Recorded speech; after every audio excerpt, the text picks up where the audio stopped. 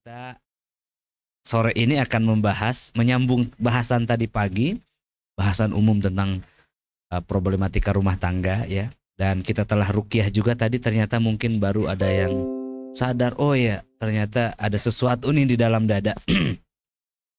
Ada seorang ibu tadi yang datang ke depan, beliau bilang, ini tangan saya gemetar, kenapa Ustadz? Selama ini saya ada perasaan tidak suka kepada suami saya, padahal saya sangat mencintainya. Dan itu kan baru sadar ternyata di dalam dirinya ada pengaruh sihir. Nah, di samping saya ada Ustadz Abu Ajar Askari, ini kawan saya, juga guru saya. Ya, beliau mengajari saya banyak hal tentang sunnah ya, kemuliaan manhaj sunnah, dan kemudian beliau lebih awal mengarungi bahtera rumah tangga dari saya. Jadi ketika saya ketemu beliau, usia beliau 34 dulu. Sekarang berapa? 4, kepala 4 ya.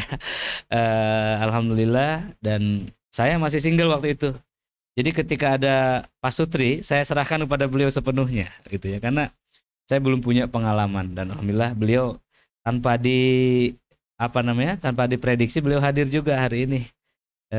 Dan akan saya minta beliau untuk memberikan nasihatnya sekitar 30 menit ya, insyaallah, tentang mungkin pengalaman beliau ya, hal menarik yang beliau alami dalam proses ruqyah selama lebih daripada 10 tahun ini. Dan kita simak nanti setelah beliau, saya akan tampilkan lagi slide tentang sihir ya, sihir dan hubungannya dengan gangguan setan di rumah. Barakallahu fikum. Silakan Ustadz Abu Ajar, waktu dipersilakan. Bismillahirrahmanirrahim. Assalamualaikum warahmatullahi wabarakatuh. Innal hamdalillah nahmaduhu wa nasta'inuhu wa nastaghfiruh wa na'udzu billahi min sururi anfusina wa min sayyiati a'malina.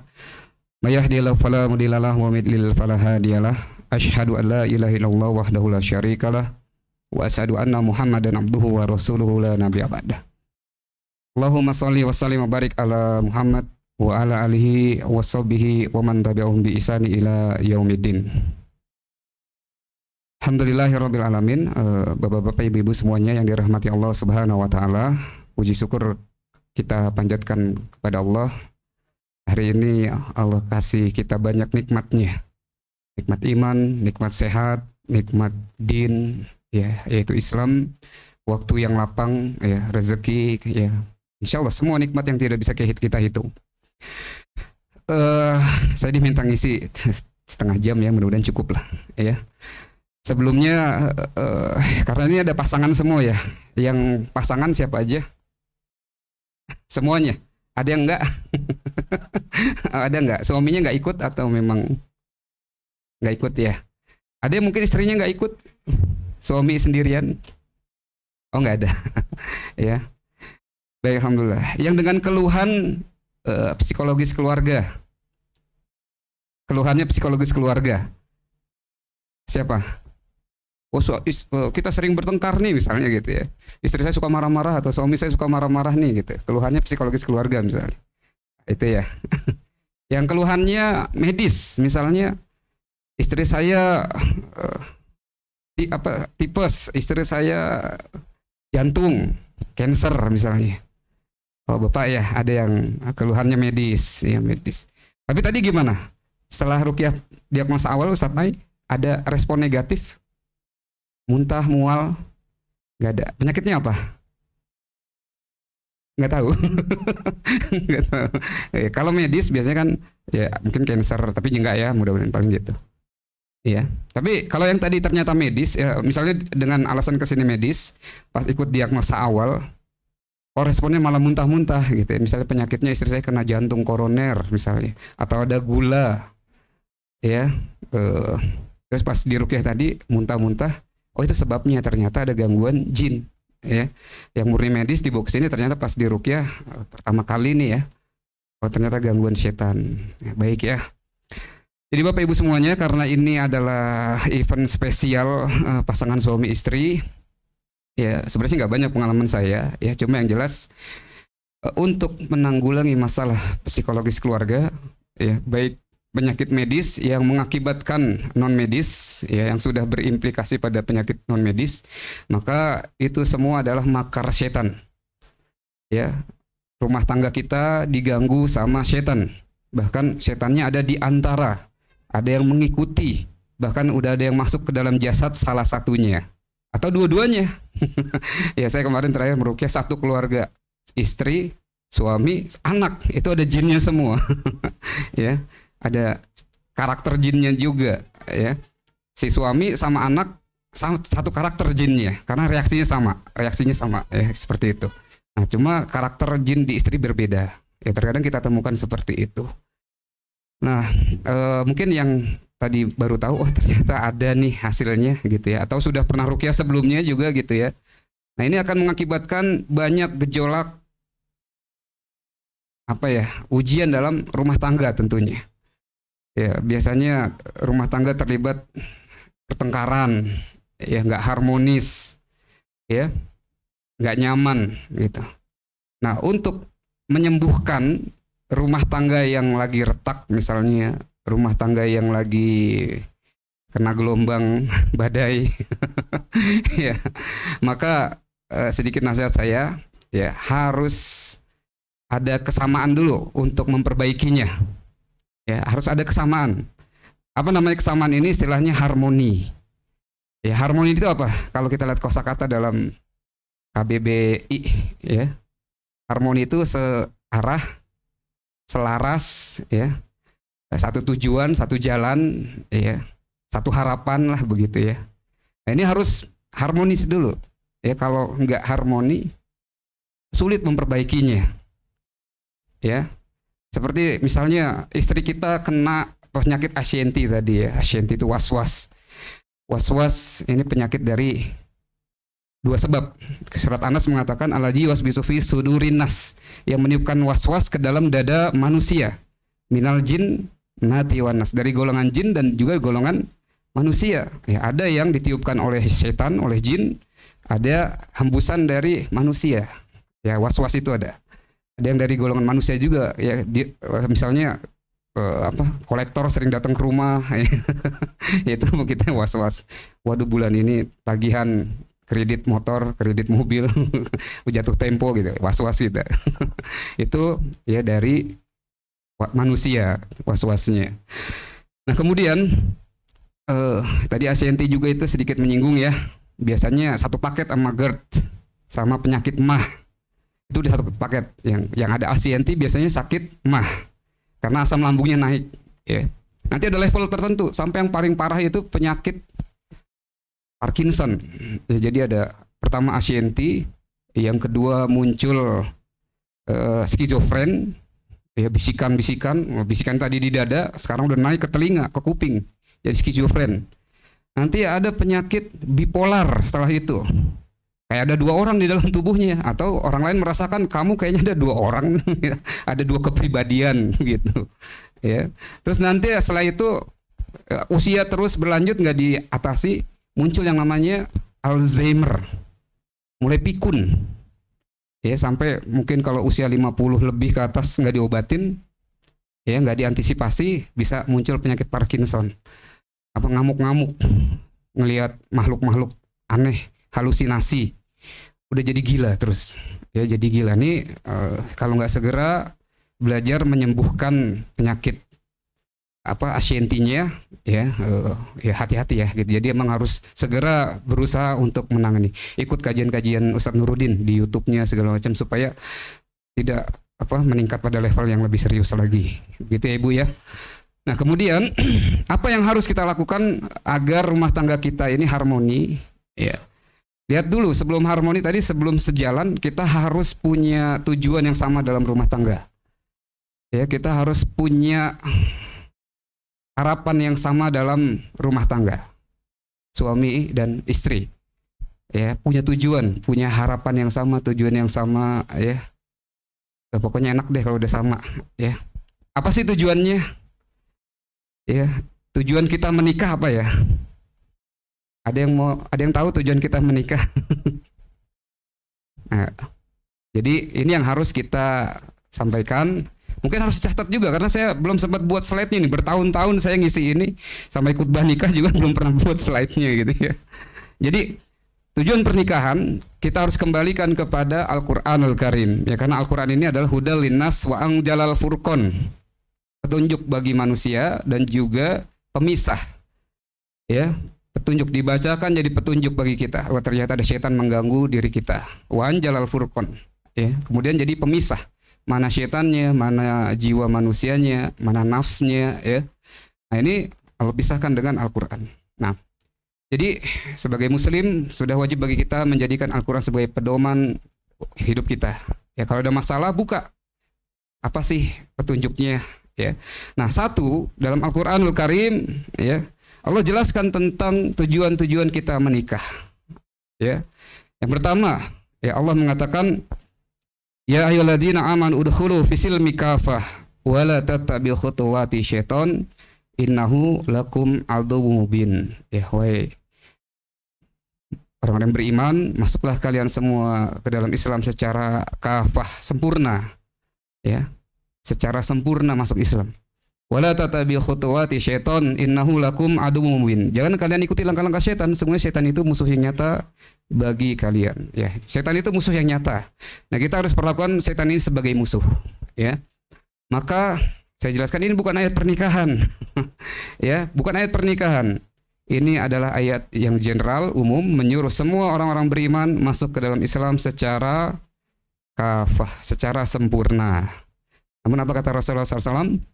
Sesungguhnya pernikahan itu menyempurnakan separuh dari agama. Ya, separuh dari agama. Ya, para ulama melanjutkan. Maka salat, zakat, puasa, haji sempurna.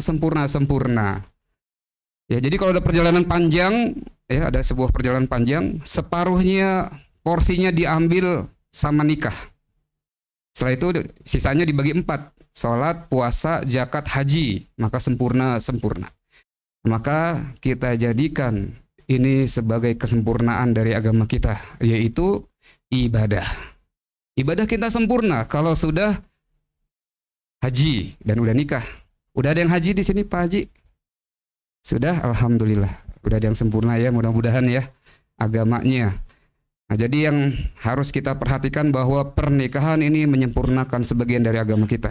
Maka ibadah kita sudah sempurna. Nah, apa sih yang kita inginkan dari ibadah? Kalau ya pengen enak gitu ya. Yang kita inginkan dari ibadah seperti apa? Yang kita inginkan dalam ibadah adalah khusyuk. Ya, khusyuk. Apa khusyuk ini? Fokus, konsentrasi. Ya, konsentrasi, fokus. Nah, begitu juga dalam sholat misalnya. Kita itu kalau lagi sholat pengennya kan khusyuk. Ya, sholat sambil ihdinas siratal mustaqim. Tunjukilah kami jalan yang lurus. Kemudian kita keluar air mata sholatnya. Wah, sholat kalau bisa begitu enak banget, Pak. Bu, ya. Kalau kita bisa khusyuk sholat bahkan sampai nangis. Ya, waduh. Luar biasa nikmatnya sholat itu, ibadah sholat. Begitu juga dalam pernikahan, ya, ibadah-ibadah yang lain kalau kita kerjakan dengan khusyuk. Ya, Masya Allah, subhanallah, ya, itu nggak tengok kiri tengok kanan. Ya, nah kalau kita jadikan pernikahan ini niatnya sebagai menyempurnakan ibadah kita, maka lakukan dengan khusyuk. Gimana caranya khusyuk dalam pernikahan? Nah, ini teknis lah belajar. Tadi Ustadznya udah keluarkan hadis-hadis, itu syariat pernikahan semua itu. Ya, kalau diamalkan, Masya Allah, ya. Jadi niatkan sebagai ibadah. Dan ibadah harus khusyuk.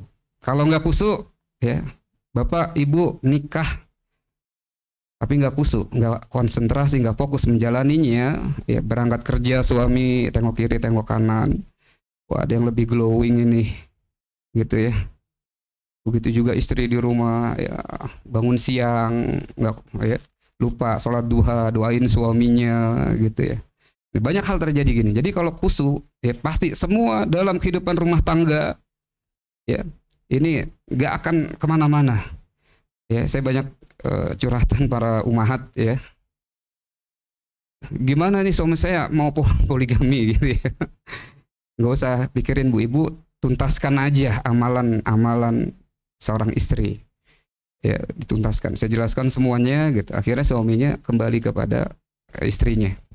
Intinya kalau seorang istri fokus ibadah dalam rumah tangga, ya suami akan menemukan yang namanya baiti jannati, surgaku, rumahku, nggak kemana-mana deh pokoknya.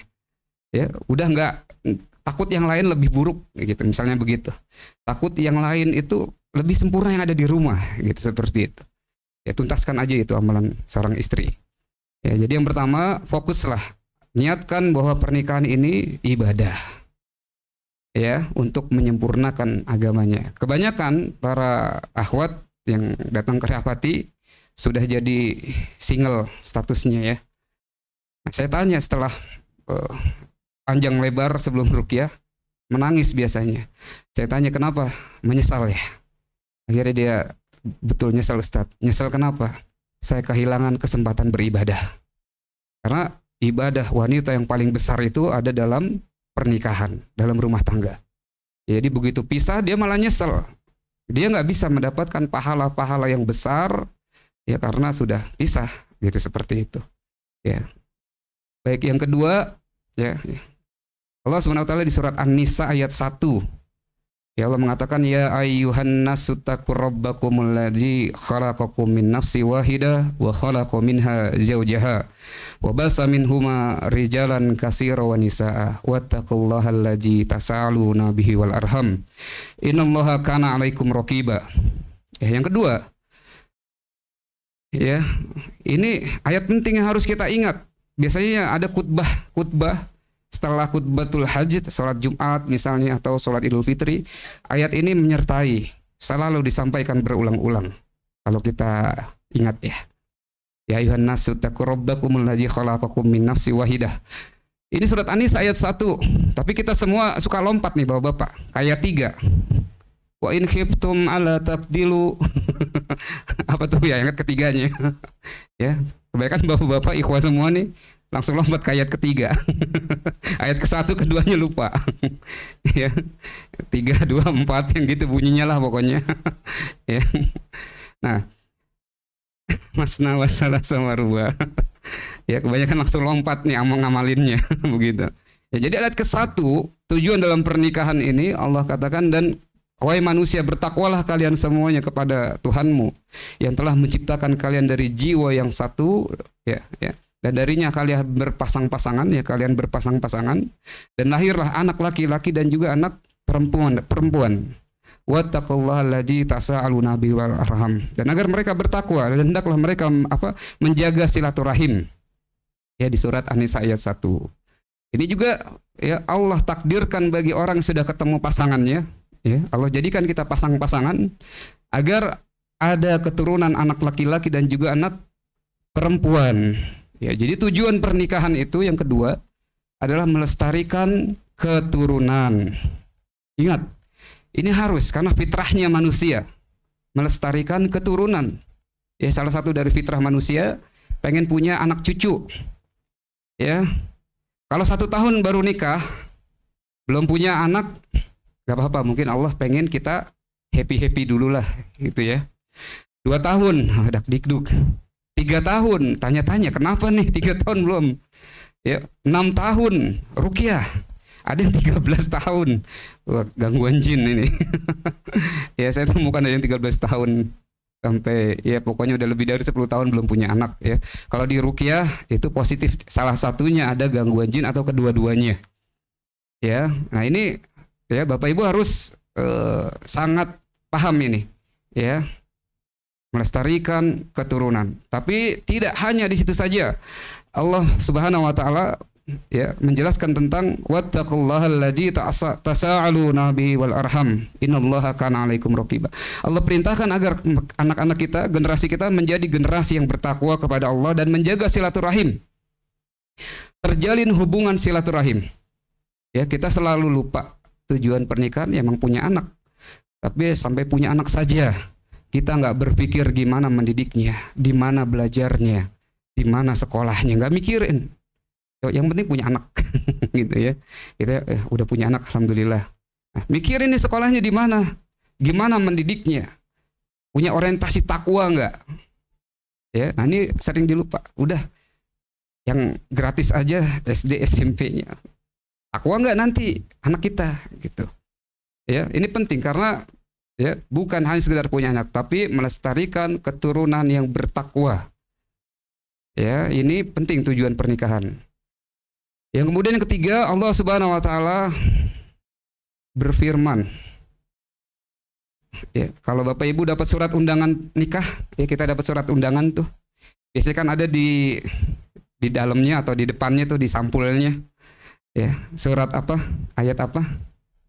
Arum ayat 21.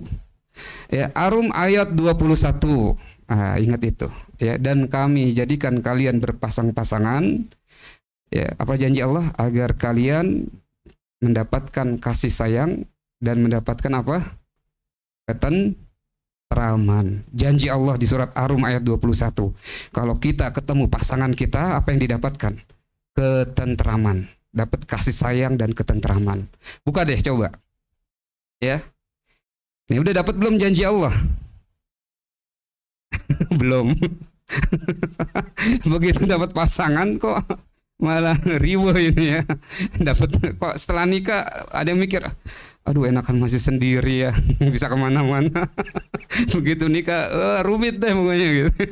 Ya, ya ada yang begitu. Setelah nikah kok malah bertengkar tiap hari, rumah udah kayak neraka. Ya kalau begitu yang terjadi ya ini salah Allah, salah Al-Quran apa salah kita?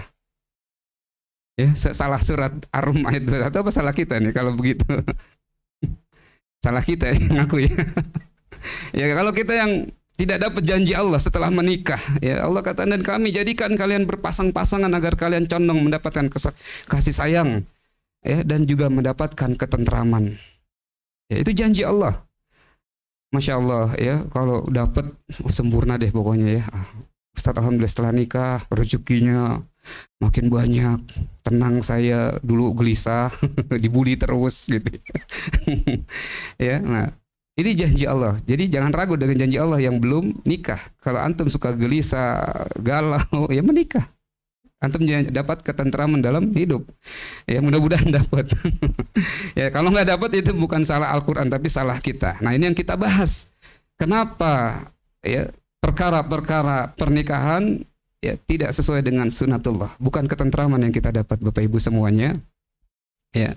Nah ini yang harus kita perhatikan. Apakah kehidupan kita sudah dijalankan sesuai dengan syariat? Ya, bahwa pernikahan ini syariat, sunnatullah. Hukum dari Allah Subhanahu wa taala yang di dalamnya ada yang namanya mitsaqon ghaliz, yaitu perjanjian yang sangat berat. Ya. Nah, ini kalau nggak paham setelah kita nikah terus tidak mengupgrade, tidak mempelajari apa kewajiban suami istri, bagaimana hadis-hadis dalam kehidupan rumah tangga, ya, maka ini yang akan terjadi. Ya, jadi memang harus kita mengupgrade ilmu ya dalam kehidupan rumah tangga. Ya, nah banyak sekali yang ya problem. Ya, ternyata ada perbuatan syirik, ya ada pelanggaran-pelanggaran hak dan kewajiban suami istri, ya. Masalah tadi keuangan, apa batasan-batasan seorang istri ikut campur dalam masalah keuangan suami misalnya gitu ya. Ini memang harus ada koridor syariat yang harus diikuti. Ya, kalau tadi mungkin batasan seorang istri ikut campur urusan keuangan sebatas itu nafkah. Ya, karena kewajiban nafkah ya diwajibkan bagi suami untuk menafkahi istri dan anak mereka.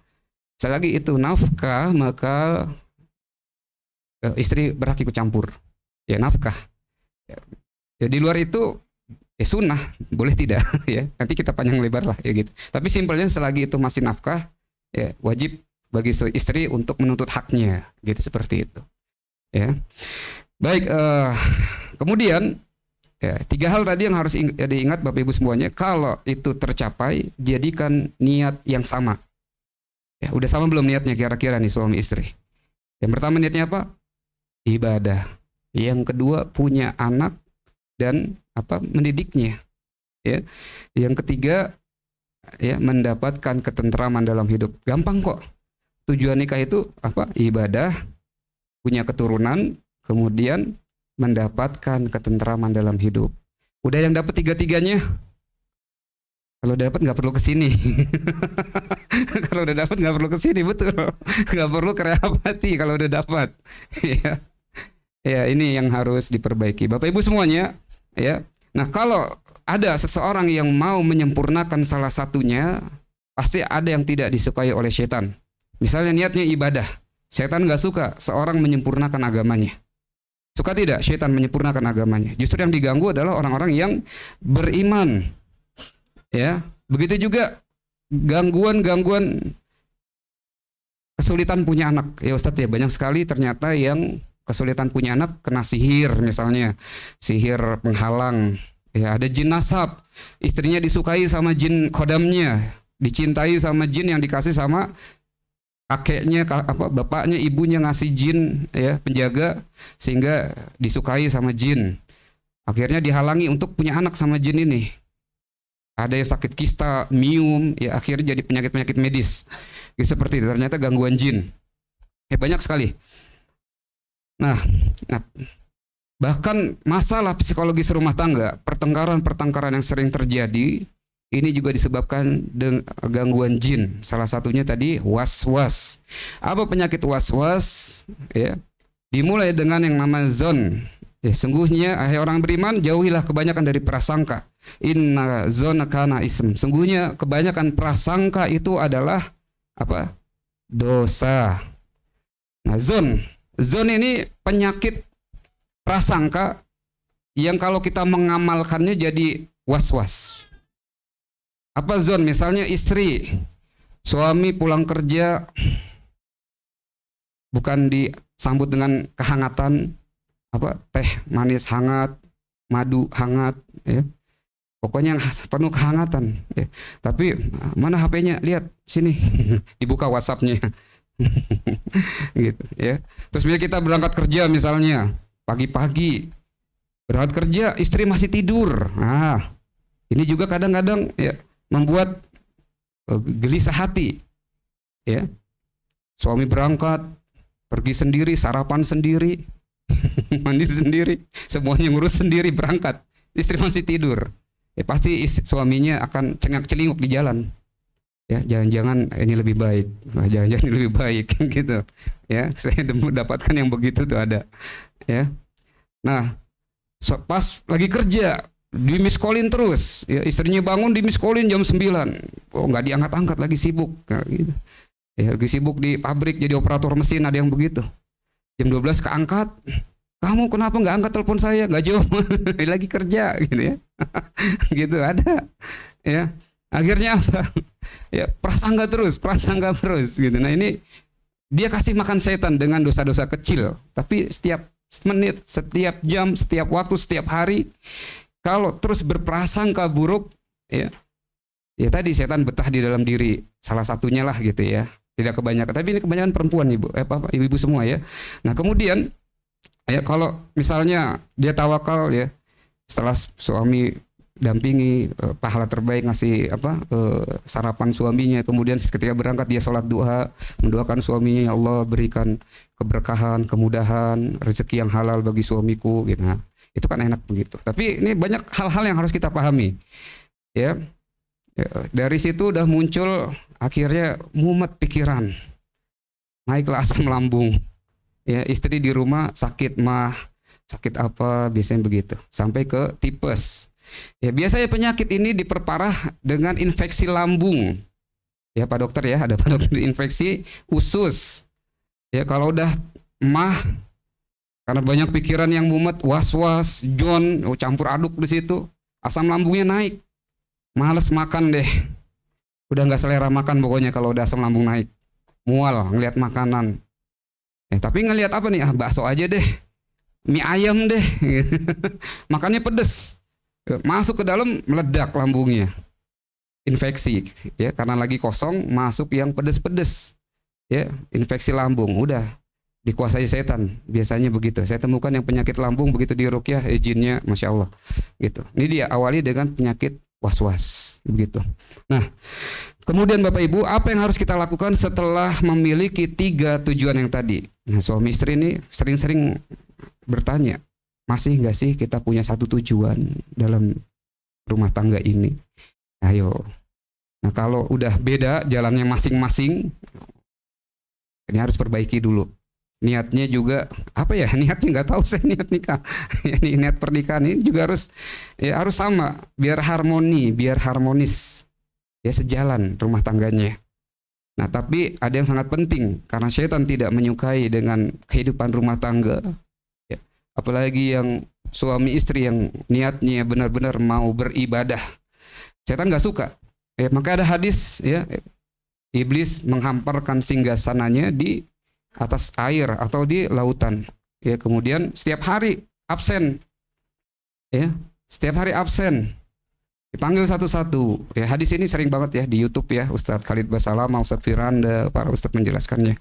Dipanggil satu persatu pengikutnya, ditanya pekerjaan kalian, ya, saya telah membuat fulan bermaksiat, saya telah membuat fulan, ya, sampai yang terakhir, ya, dia katakan, ya, saya telah membuat suami berpisah dari istrinya dan istri berpisah dari suaminya.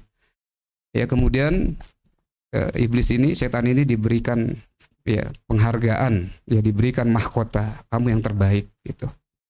Nah, memang ada setan yang yang diutus, ya, untuk menghancurkan kehidupan rumah tangga. Ya, kehidupan rumah tangga orang-orang yang beriman khususnya. Ini, ya, dihancurkan supaya kenapa? Kalau rumah tangganya hancur, separuh dari agamanya hancur. Gampang kan? Udah, hancurin aja separuh agamanya. Ya, nah separuh agama ini adalah pernikahan. Ya, itu yang akan dihancurkan. Nah, baik Bapak Ibu semuanya, nah, 3 tadi pegang erat-erat. Ibadah, punya anak, keturunan, dan kemudian mendapatkan keturunan. Apa? Ketenteraman. Pegang kuat erat-erat. Namun ada visi yang harus dituju. Visi yang dituju apa? Kita masuk surga sekeluarga. Ya, masuk sekeluarga. Ada nggak ayat? Hai orang beriman, masuklah kalian sekeluarga kamu ke dalam surga. Ajak bapak ibu kamu, anak, ada nggak perintah gitu? Nggak ada. Saya nggak temukan, nggak ada perintahnya. Yang ada apa? Wala apa? Ku anfusikum ya ayyuhalladzina amanu ku anfusakum wa ahlikum naro wa quduhan nas wal hijarah. Ya, apa kata Allah? Hai orang beriman, jagalah diri kamu, keluarga kamu, ya, dari api neraka.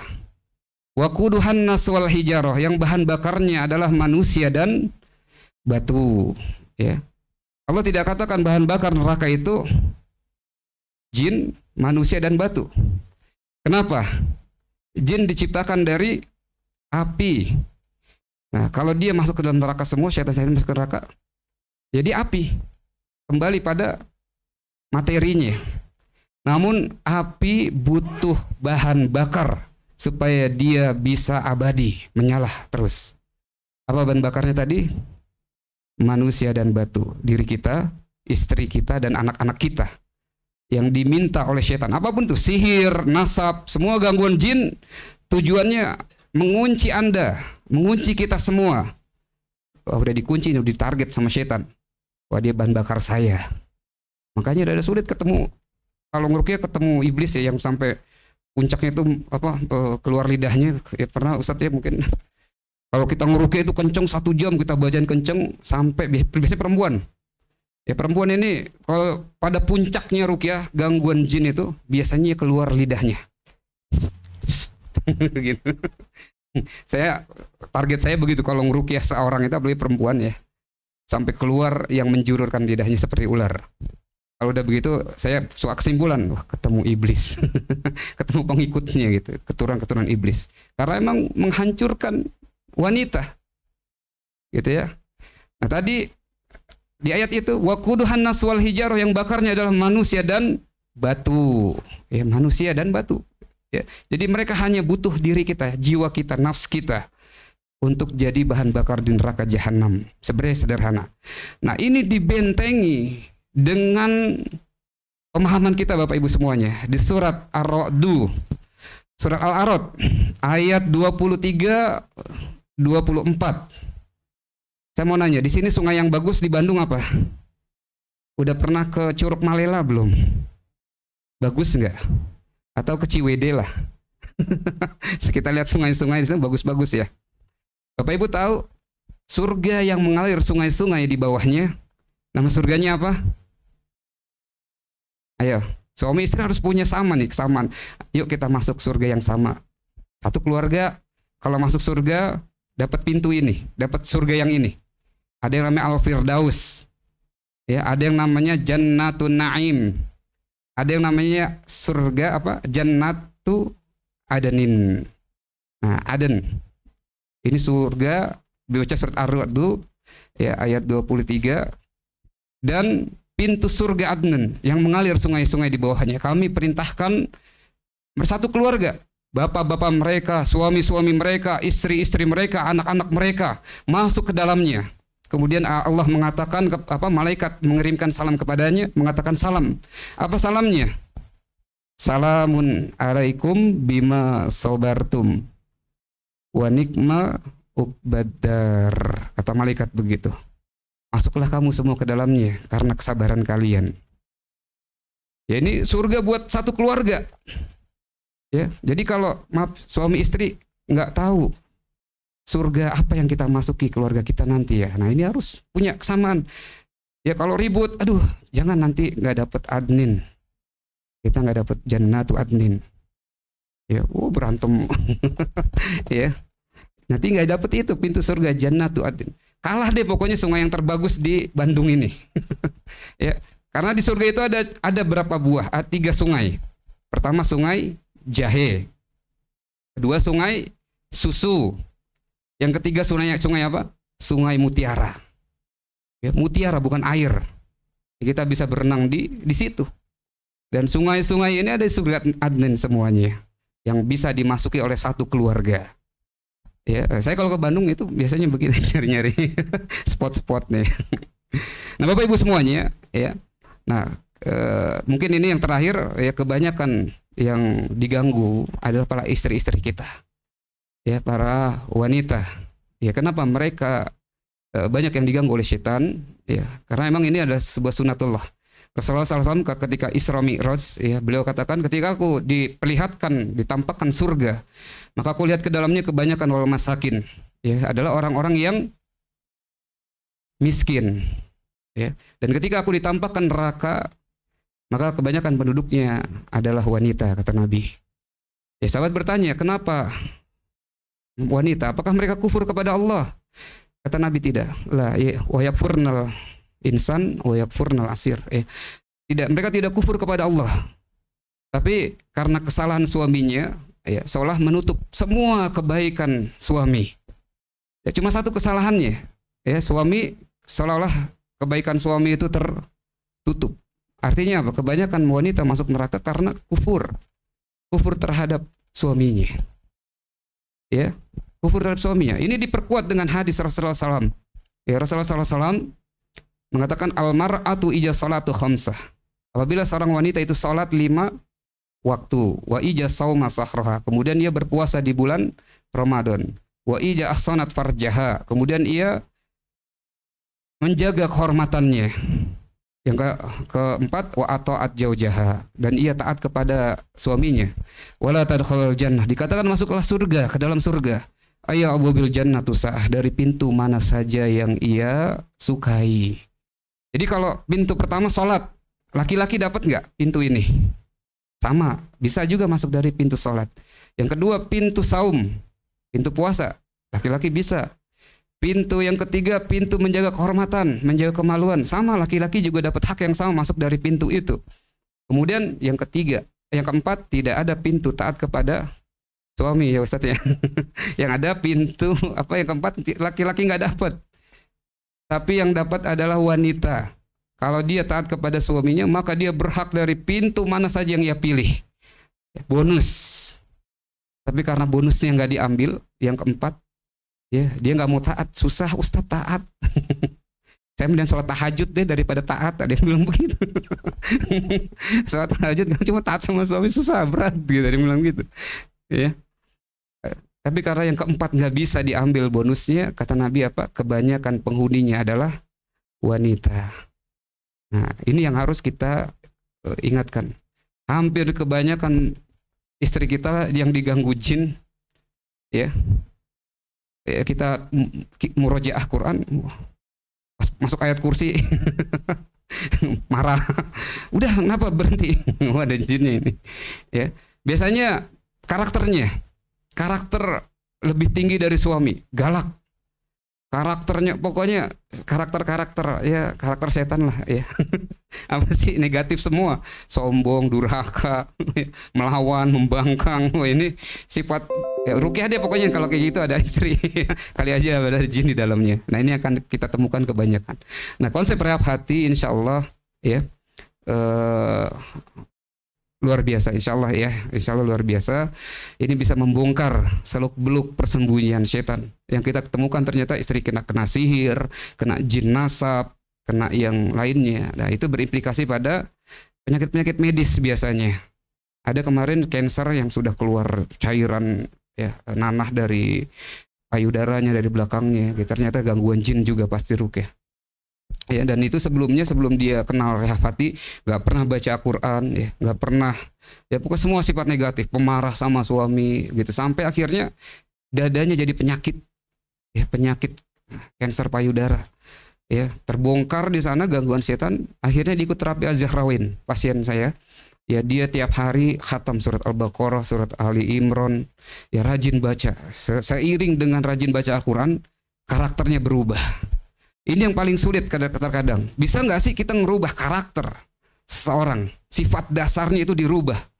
Bisa, insya Allah. Umar bin Khattab radhiyallahu an terkenal karakter yang keras, ya, penjahat, bajingan.